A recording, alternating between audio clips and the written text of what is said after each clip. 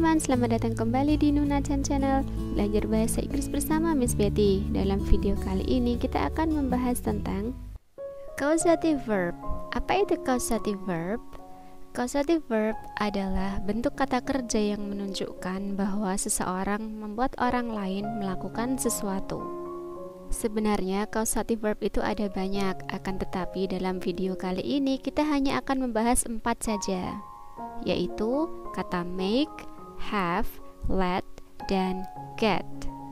Causative verb make maksudnya adalah membuat atau memaksa seseorang untuk melakukan sesuatu.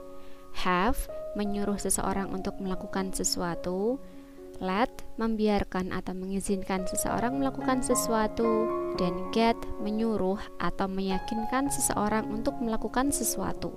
Berikut ini adalah contoh kalimat causative verb. Yang pertama menggunakan kata make.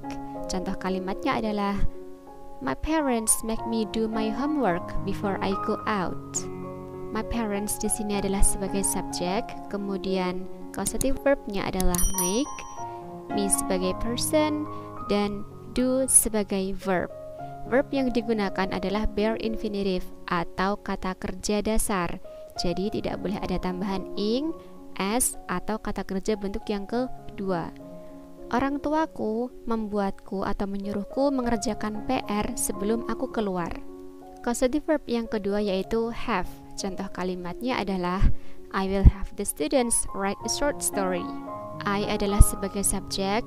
Kemudian karena kalimat ini adalah kalimat future, maka kita boleh menambahkan will.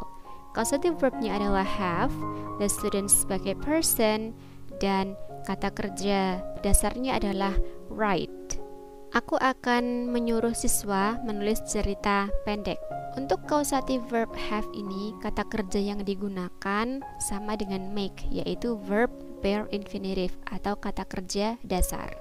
Berikutnya adalah let. Contoh kalimatnya, My father lets us watch TV after dinner. Ayahku membiarkan kami menonton TV setelah makan malam. My father sebagai subjek, causative verbnya adalah let. Di sini kata let menjadi lets karena subjeknya adalah my father.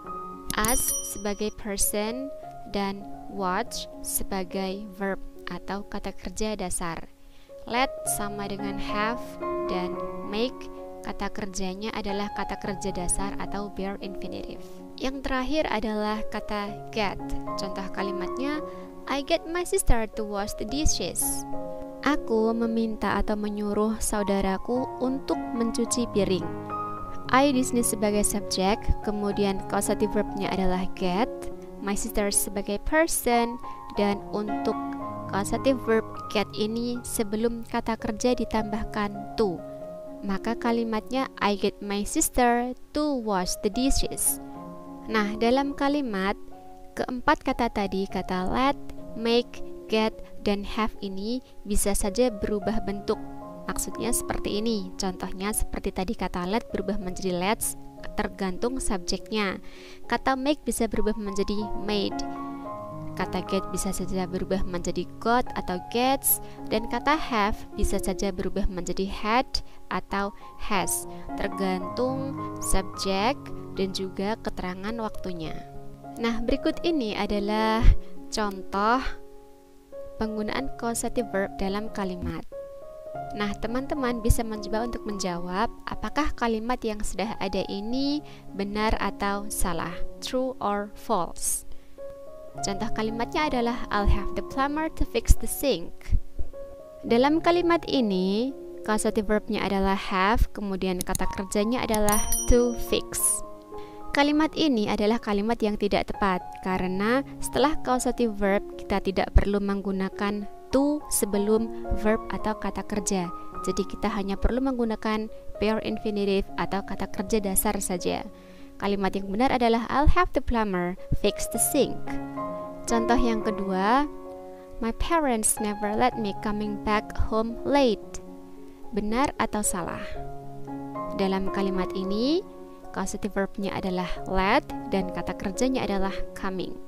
Kalimat ini merupakan kalimat yang salah karena setelah causative verb let, kita menggunakan verb atau bare infinitive, kata kerja dasar. Sedangkan kalimat ini menggunakan kata coming. Yang benar adalah my parents never let me come back home late. Contoh berikutnya, my aunt made me do the cleaning. Dalam kalimat ini, causative verbnya adalah made dan kata kerjanya adalah do.